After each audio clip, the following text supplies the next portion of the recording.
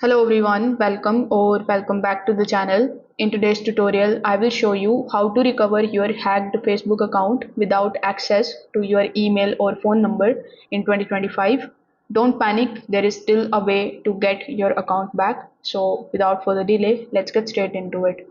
First of all, you need to open your Facebook mobile application just like so. Over here, tap on this option of forget password.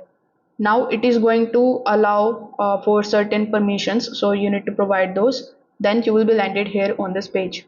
Now it is going to ask you to provide your phone number, so here you can enter that particular phone number which is associated with your Facebook account.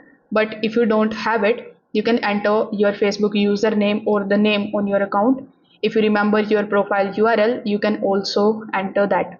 Now, if Facebook shows you any kind of recovery options like your old email or your phone number, you need to tap on the option of no longer have access to these at the bottom.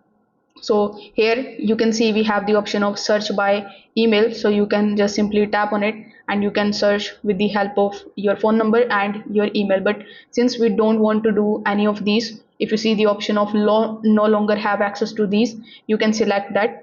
Once you do this, you will be taken to a page where you can basically submit an ID. You need to upload a clear photograph of your government issued ID like a passport or the driver's license, and make sure that it matches your profile's name.